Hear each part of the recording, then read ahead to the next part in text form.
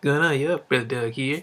Now, this is going to be a pretty massive episode. Not only am I going to talk about Dino Charge, but I'm also going to talk about Ninja, and I'm going to discuss more about the Power Rangers movie that's come out in 2017. So sit back, relax, and let's get started. So, in the beginning of the episode, Sledge has Gold Digger go down to, wreak havoc and bring back the Energians. Here's the thing, though.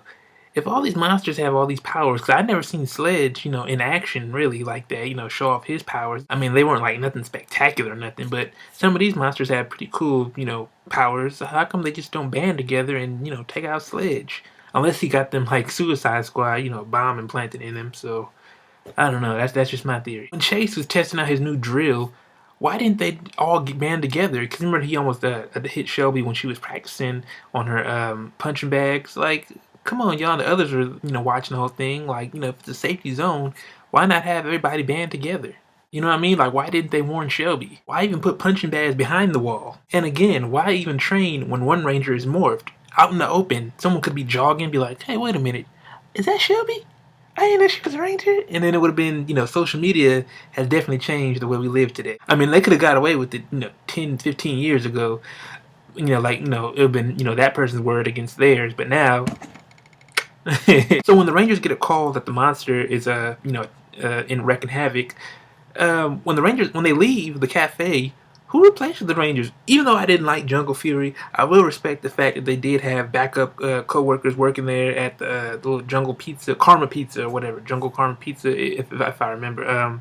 They had Fran and some other people, taking care of the restaurant while the other Rangers went out to, handle their business, With this one, people could just run back there in the kitchen, steal from the cash register. I mean, come on, man. Now, when the monster gold digger was throwing out his coins and stuff, talking about money to burn, I think a better slogan would have been money to blow because, one, that's a popular catchphrase. Drizzy, Drake and Wheezy, Lil Wayne, use that a lot in their raps. And also, the coins are blowing up. They weren't burning anybody.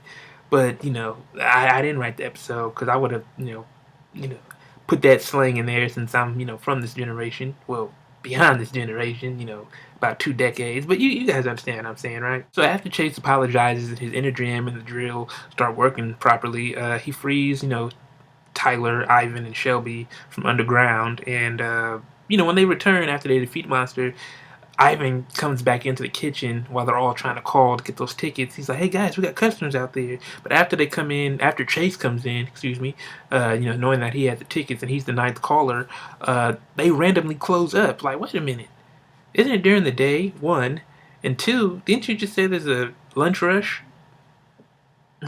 Y'all know I'm a big continuity person, and with that being said, this episode gets 3 out of 5. I mean, it had its moments, but it was just kind of. But on a positive note, next week, Yoshi Sudarso, aka Coda, will have a cameo in Ninja.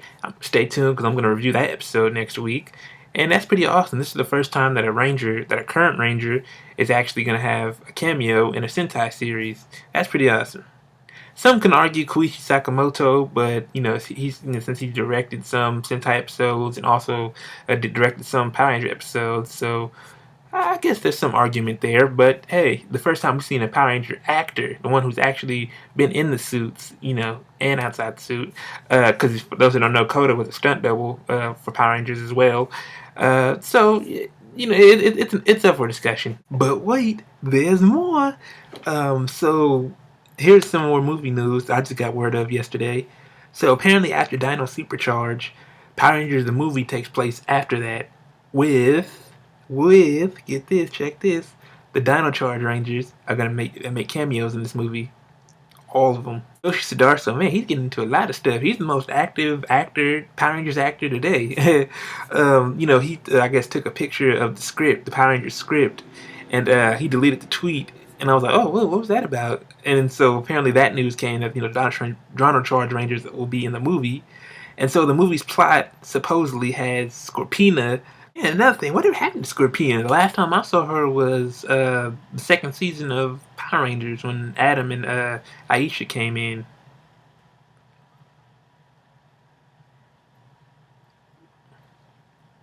And after that, she just, kind of vanished. Turns out she wasn't part of that Z Wave. So that's pretty interesting. And I'm glad they are taking into continuity of the TV show and Yeah, that's pretty awesome. Okay, that was me doing my famous rambling. Anyway, she takes notice of the final battle on Dino Supercharge, and she goes to another dimension to recruit an army, and brings them to this dimension. I knew it. I knew they're going to connect. And she revives Rita, not revives, but yeah, I guess sort of revives Rita and Zed. Cause remember, Rita and Zed, they turned good after Z-Wave on Countdown to Destruction. Remember? So I guess they were dead in spirit because they became humans and good. So the Dino Charge Rangers are doing their best to protect the Morphin Grid, because the Morphin Grid has access to files and powers from the past, present, and future Rangers. So that kind of explains why some of the Zords on some of the concept art that I showed you guys on Facebook. I don't want to post it here because I don't want this video being taken down because Paramount, not Paramount, Lionsgate and Saban were going to all these news sites and taking them down, showing them, cease and desist orders and whatnot. I don't want that here. But you can definitely tell that the Zords don't look nothing like the Mighty Morphin Zords. So maybe they'll probably be original suits. So in a way, the story kind of reminds me of two things.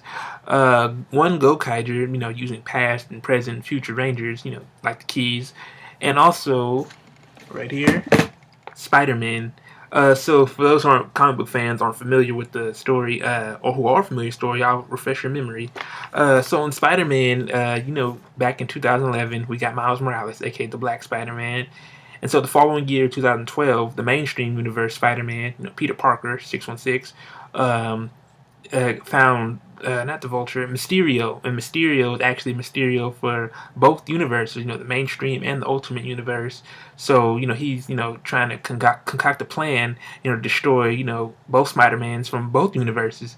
So they kind of took inspiration, I think, or just a slight coincidence from this and from Gokaiger, obviously, using the past Rangers, but also a villain going to both dimensions to destroy both Morphin Grids. So that. Other than that, my ticket's still sold. I can't wait for the movie to come out. It sounds more exciting. Even some people in the comments were pretty excited about that. Alright, so that wraps this video. What do you guys think about the news I just told you about Power Rangers movie? How did you feel about this episode of Dino Charge? How do you feel about Yoshi Zadarso playing a cameo in next week's Ninja? Let me know in the comments below. Make sure you like the video, share the video, subscribe, follow me on Facebook and Twitter, tell all your friends about me, and like always, deuces.